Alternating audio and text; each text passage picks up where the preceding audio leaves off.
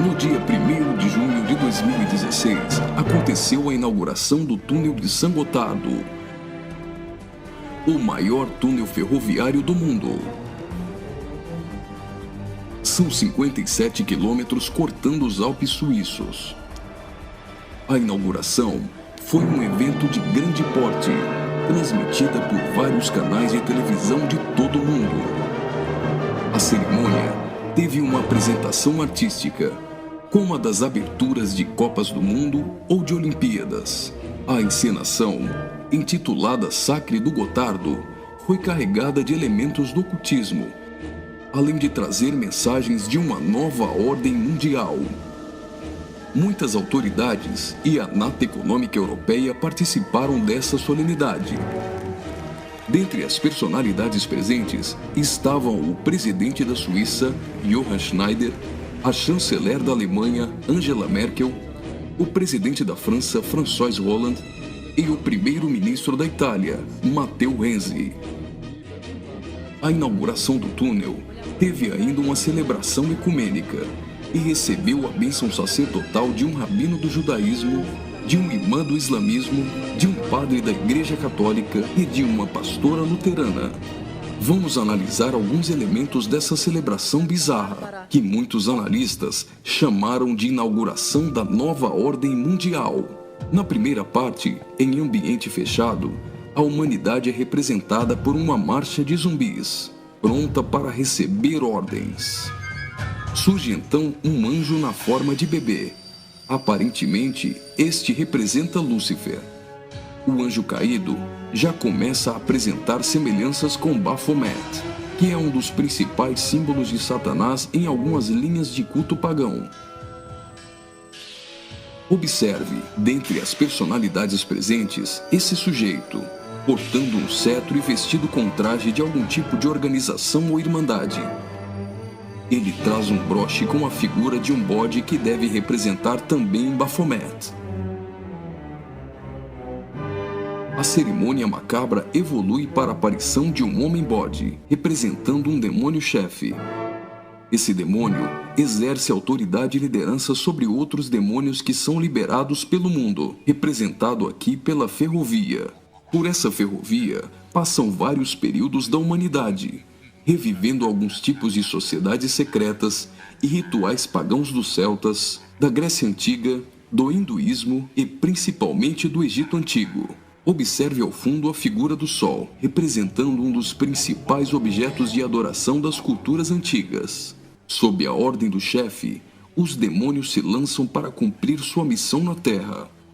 Aqui, vemos a representação de antigas sacerdotisas e místicos adoradores, todos sendo conduzidos pelo homem-bode. As sacerdotisas estão levando um cordeiro, como algo a ser oferecido em sacrifício.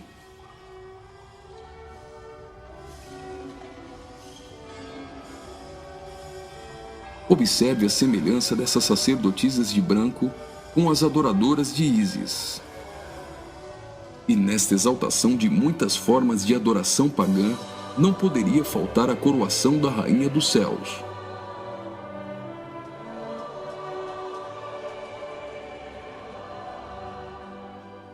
A cerimônia prossegue, agora em um ambiente externo. A parte interna exaltou a adoração pagã histórica. Na parte externa, o evento se torna uma cerimônia satânica regida pelo homem-bode. Os zumbis representam a humanidade manipulada, caminhando rumo a um futuro incerto. Os atores correm atrás de uma conquista.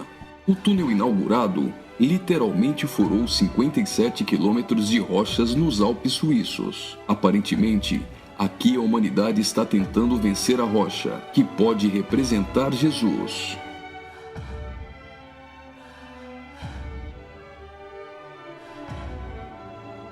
Por várias vezes, eles investem desorganizadamente contra a rocha, mas todas as tentativas são frustradas.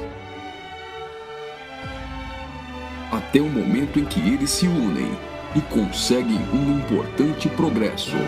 Lembre-se que o espírito de Nimrod era unir o homem para vencer a Deus, e que este túnel é o símbolo de integração entre os povos. Observe que eles conseguem a abertura de um portal. A representação desse portal lembra o CERN. O CERN é a Organização Europeia para a Pesquisa Nuclear.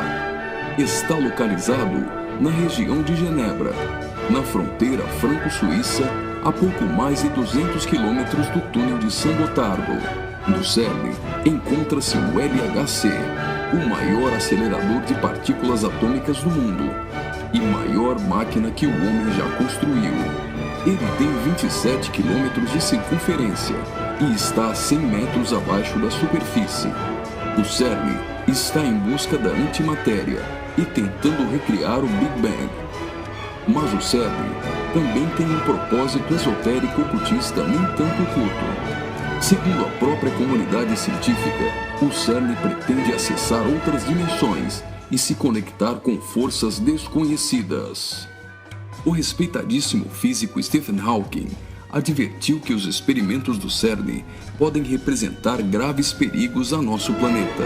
No prefácio de seu livro, Stardust, Hawking afirmou que o acelerador de partículas poderia causar uma decadência catastrófica do vácuo, o que levaria o tempo e o espaço a entrarem em um colapso. Isso poderia destruir não somente o planeta Terra, mas também o sistema solar e todo o universo. Você já deve ter ouvido falar da partícula de Deus, ou bóson de Higgs. Até o Papa implorou a comunidade científica a suspender as operações do LHC, advertindo que eles poderiam abrir os portões do inferno. Observe também que a logo do CERN é a junção de 3 números 6, 666. As cenas seguintes mostram uma sociedade em transformação. Do portal que foi aberto, procede a direção para a humanidade. Veja que uma nova sociedade vai surgindo. O espírito da rebeldia e da sensualidade marcam as pessoas.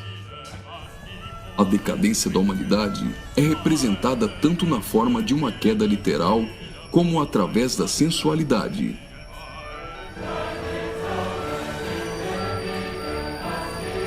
Do portal surge um corpo nu, e logo as pessoas ficam endemoniadas.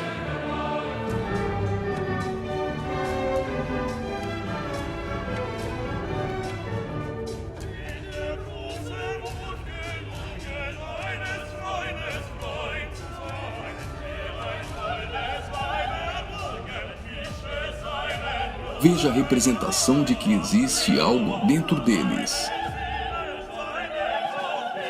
Trabalhadores do túnel aparentemente são representados aqui, mas observe que a verdadeira representação é o deus Shiva, da trindade hinduísta. Shiva é o deus da destruição. Ele destrói para dar lugar a algo novo. A dança de Shiva é considerada a manifestação física do ritmo cósmico. Observe que na entrada do principal laboratório do CERN existe uma imagem de Shiva. A dança destruidora de Shiva é associada à aceleração ou à dança das partículas. A cena seguinte lembra os operários mortos na construção do túnel, mas na verdade representa o sacrifício humano.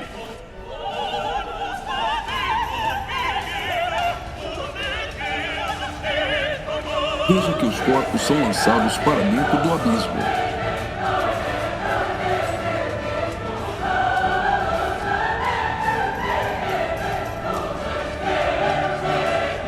Preste atenção. Do fundo do abismo, as mãos vêm receber o sacrifício.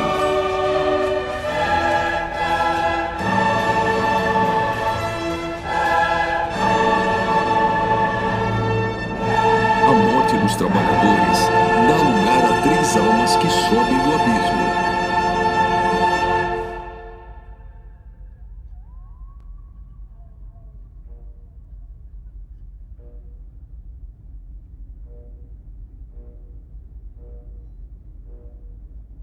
surge então um enorme olho que tudo vê, ou o Olho de Horus, um importante símbolo usado pelos Illuminati.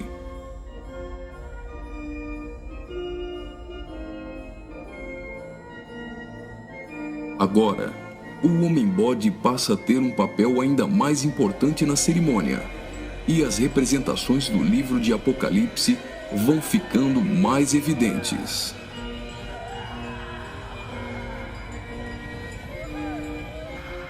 Veja como os demônios se parecem muito com o orixá Omulu. Do portal surge uma figura de um homem, misturada com a de um bode e 3 escaravelhos egípcios. O escaravelho simboliza o deus Khepri, o deus do sol nascente. Homem e bode se fundem, representando a encarnação de Satanás e o surgimento do anticristo. Ele não será um homem normal. Sua autoridade e poder provém do próprio Satanás. Uma personagem, aparentemente representando a deusa Ísis, surge para ungir o Homem-Bode, que é a própria besta. Como a cerimônia de coroação de um rei, a besta é ungida governante sobre todo mundo. Observe novamente que os demônios lembram muito o orixá Omulu. Após receber o manto do espírito feminino de Ísis, a besta manifesta atitudes homossexuais. Ungido governante do mundo, a besta demonstra sua fúria contra todos e agita seus demônios.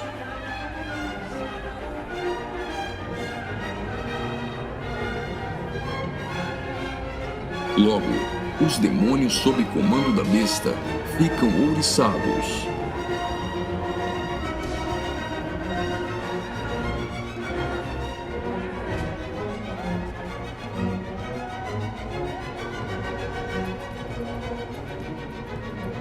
Assim como está escrito em Apocalipse, a besta passa a ser adorada pelos homens e pelos demônios.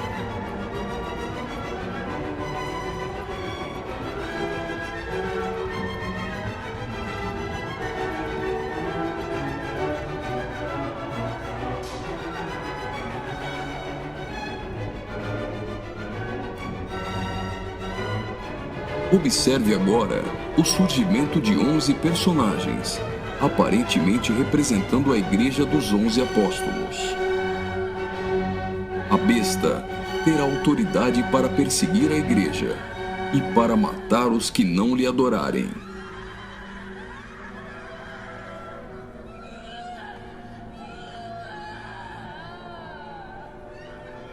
Observe que no telão a besta tem várias cabeças. Logo, a besta parece ter sido ferida na cabeça. Leva as mãos à cabeça e vai caindo. Segue-se então uma cerimônia fúnebre, com um antigo canto germânico do ocultismo. Veja essas pessoas carregando árvores secas invertidas. Observe que as raízes estão para cima. Assim como a cruz invertida é um símbolo do satanismo. Tudo que se apresenta invertido representa o contrário.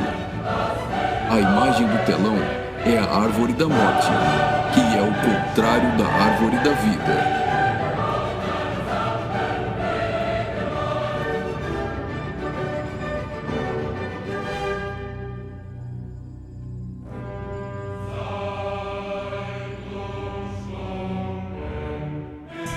A tecnologia é mostrada como um instrumento para manipular o homem. O avanço da ciência nos últimos dias foi profetizado por Daniel. Observe agora a semelhança da imagem no telão com a Pokébola do game Pokémon GO.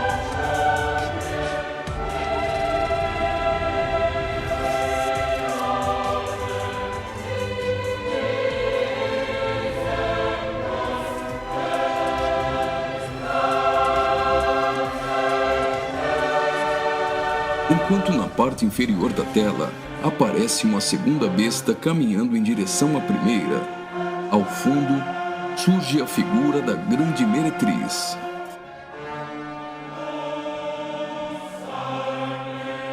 Observe que a segunda besta ressuscita a primeira.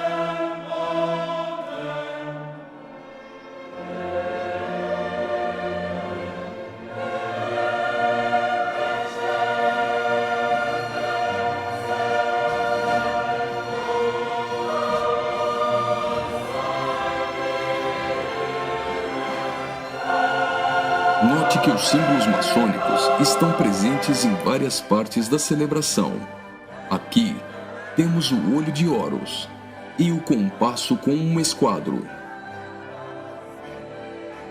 Os três personagens de cabeças grandes aparentemente representam as nações da Terra, os reis da Terra e os mercadores da Terra que foram embriagados e se prostituíram com a grande meretriz. O relógio girando ao contrário provavelmente faz menção à profecia de Daniel, de que o anticristo mudaria os tempos e fala da velocidade em que a nova ordem mundial será estabelecida. No auge da cerimônia, todos os personagens se lançam em adoração. Mas afinal, o que eles estão adorando?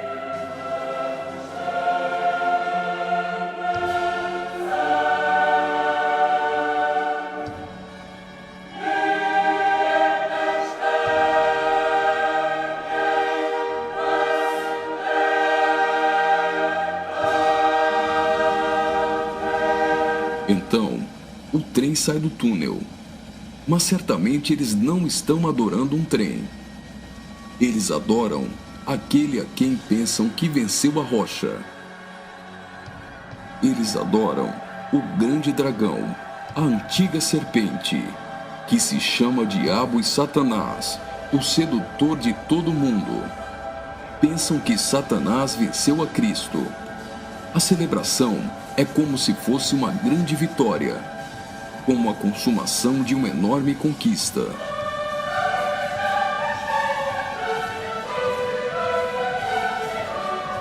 Observe mais uma vez no telão.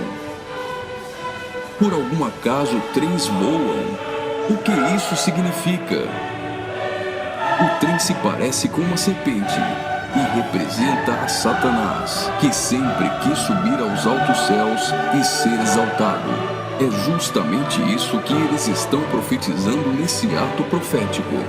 Faria muito sentido se isso fosse um encontro de bruxos e satanistas, mas numa inauguração de uma grande obra pública, com a participação dos principais signatários da Europa, realmente não faz sentido algum. Só que eles se esqueceram de ler todo o livro de Apocalipse. E vi a besta e os reis da terra com seus exércitos, congregados para pelejarem contra aquele que estava montado num cavalo e contra seu exército. Mas a besta foi aprisionada, e com ela o falso profeta, que com sinais feitos diante dela, seduziu aqueles que receberam a marca da besta e eram os adoradores de sua imagem. Os dois foram lançados vivos dentro do lago de fogo que arde com enxofre. Apocalipse capítulo 19, versículos 19 e 20.